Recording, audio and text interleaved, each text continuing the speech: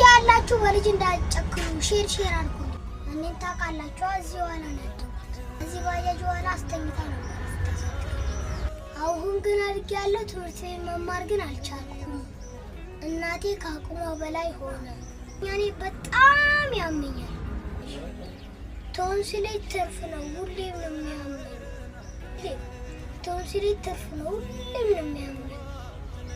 እናቴ በማሳከም ደከማት። እኔ በመማር አልቻልኩም። እናቴ ሁሌ ስትጨነቅ ነው የሚጨንቀኝ። አንዳንዴ እንደውም ጥፋ ይለኛል። እዚህ ውስጥ የሚያመኝን ሕክምና ያስፈልጋል። መታከም አለብኝ። እናቴን በጣም ነው ያስጨነቋት። እባካችሁ